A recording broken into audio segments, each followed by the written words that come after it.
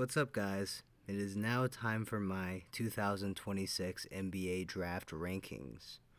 Now, full transparency, I'm not a huge NBA person, but I am a huge college basketball person.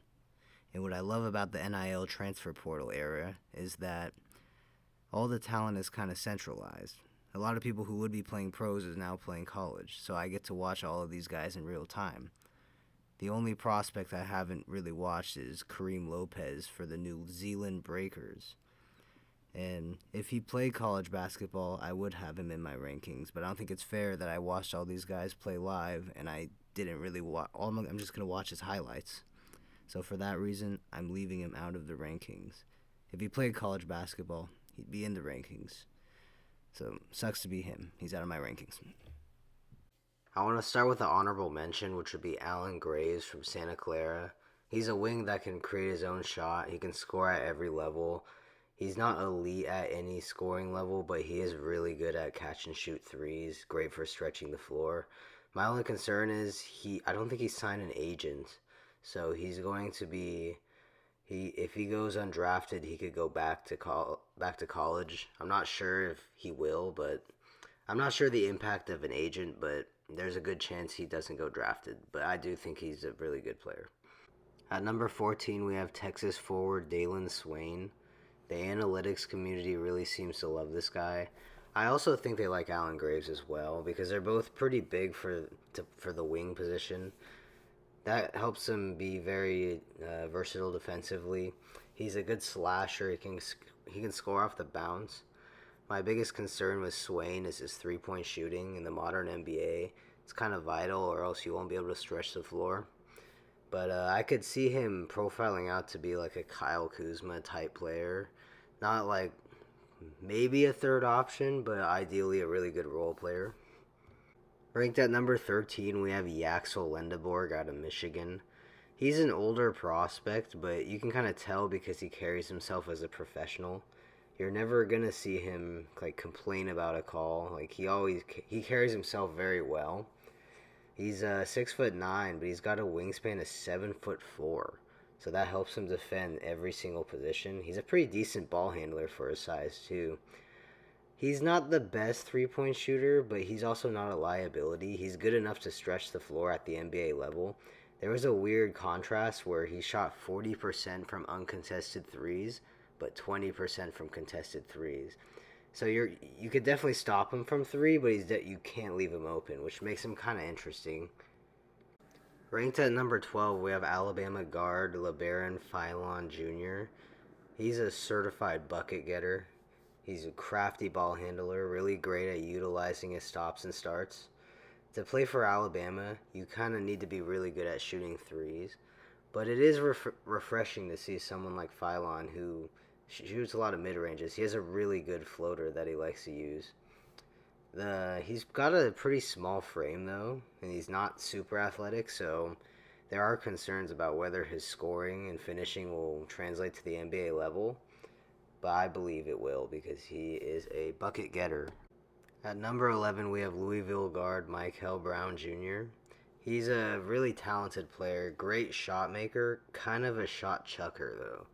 Like you'll see him attempt some of the stupidest shots ever, but sometimes he'll make them. I was a little bummed I didn't get to watch him at March Madness. It kind of makes me wonder like whether he's like a businessman, you know? But also, I hear he's got back injuries, and if that's really true, they were so bad he couldn't play in March.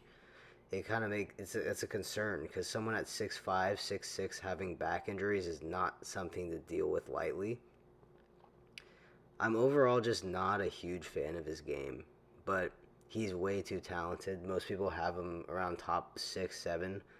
I'm I'm not. I can't rank him any lower than 11, but the talent is there. I'm just not a huge believer. At number 10, we have Michigan big man Ade Mara. He's 7'3", great mobility. He's also an incredible passer. After a couple pedestrian seasons at UCLA, with the right coaching staff at Michigan, he developed into an absolute behemoth. He doesn't have the shot-making talent that the guys above him have, and probably not even that LeBaron and Michael have, but With his size and mobility, coordination, it's going to be hard for NBA talent to score on him. He is everything you want in a modern day big. At number 9, we have Arizona guard Braden Burries, what I believe to be the best two-way guard in this draft. He's way better defensively than he is offensively. I think he's going to be a very solid role player at the NBA level. Potentially a third option for a team, but he really has to develop his scoring if he really wants that to happen. He's a decent shooter with good shooting form. It's just I don't think he has elite shot making ability. But I profile him to be more like a Derek White player, like a really solid role player. And those are the type of players you win championships with. At number 8, we have Illinois guard Keaton Wagler. He's a very good shot creator, great dribbler, great ball handler. He really doesn't have a lot of weaknesses in his game offensively. He's not really elite at anything either. I think the big knock on him is he's not super athletic even at the college level.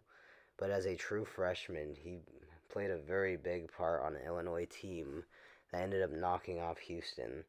He had a big presence out there, and it's just crazy that at pick 8 you could get like a potential number 2, number 3 scorer on your team. That just shows how good this draft class is. Ranked at 7, we have Tennessee big Nate Ament, a very highly sought after recruit coming out of high school. He's damn near 7 foot, but moves and dribbles the ball like a guard. My one ask for him is sometimes I wish he would play his size, because there were so many times he get bullied inside and just rely on his guard skills, and that led to a lot of irrelevant games and just not a lot of consistency. I've heard a lot of people throw around the term softs, but I don't think that's fair because he faced a lot of adversity, and I do think he has mental toughness. He also only started playing the game like 8 years ago, extremely raw. So I think with the right coaching staff, he could develop into a very good piece. Ranked at pick 6, we have Houston guard Kingston Flemings. Only as a freshman, he walked into an already established Houston team filled with seniors and juniors and established himself as the number 1 option. That means a lot and shows a lot to his mental toughness. He's extremely fast, really good passing IQ, very smooth pull-up jumper he likes to use. I think it's going to score at the NBA level, but I would like to see him get to the rim more often and finish tough. He's not the biggest. He listed at 6'2.5" at the NBA Combine, and he's also not super athletic, so there might be concerns about whether he can do that at the NBA level. At number 5, I have Arkansas guard Darius Acuff Jr. He is an extremely talented scorer, and I think he has potential to be one of the best scorer in this league, not just this draft class. The big issue with him is he doesn't play a lick of defense. And when you play this sort of game where you score but don't really care about defense, you have a high bar. You kind of have to be a prolific scorer if you want to be a star in this league. Because if you're really that bad at defense and he's not a super big dude, teams will just keep keying in on him. So I think if he doesn't develop defensive intensity, he might be like a 6-man microwave scorer, which I think he'd be one of the best in the league at that if that's the case. So I think his floor is potential 6-man of the year, good scorer off the bench, while his ceiling is one of the best scorers in the league. Ranked at number 4, we have Kansas guard Darren Peterson. Now I believe he is the most naturally talented player in this draft class. He's an excellent shot creator, and he also attacks the rim at a high level. My big issue with him is the best ability is availability, and he wasn't always available. There were a lot of times he would take himself out of the games. I don't love his body language, and he pretty much represents everything I dislike about the NBA. Overall, I'm just not a huge fan of the player, but it wouldn't be surprising at all if in 10 years we look back and we're like, oh yeah, obviously Darren Peterson was the best player in this draft. He's drawing a lot of comparisons to Anthony Edwards, but I couldn't think of a more polar opposite comparison to Ant in the way they approach the game. I'd say my comparison for him is Kobe Bryant without the Mamba mentality. Now, how good would Kobe be without the Mamba mentality? He'd be a really good player at the NBA level, but like, would he be in the GOAT conversation? Probably not. Ranked at number three, I have Duke forward Cameron Boozer, son of NBA player Carlos Boozer. There he is. I I like this guy's game a lot. He's boring in a good way. He dominated college, but the issue is he was a lot bigger and stronger than everyone in college. I kind of worry about whether he'll be able to dominate the NBA when everyone's the same size as him. That being said, he can shoot threes, so he's good. He's definitely bust proof because of that. I think he's going to be able to stretch the floor. I don't see him shooting over people a lot, but he's one of those guys you just can't leave open, and he's gonna eat inside the post. He's also a great playmaker outside of the post. So I think he's got a very high floor, and he's going to be a solid player in every NBA team's rotation. The issue is I don't know what his upside is. I don't see him being a superstar at the NBA level. I also want to add that the commercial him and his brother did was really fun and way better than the Chet SGA commercial. Ranked number two, I have North Carolina big man Caleb Wilson. I feel like I have him ranked higher than everyone.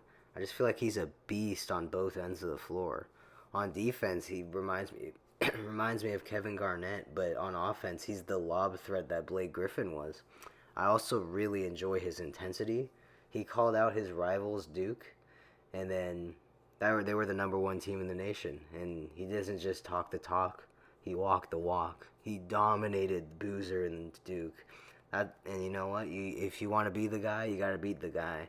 And he beat Cameron Boozer. That's why I have him ranked higher than him.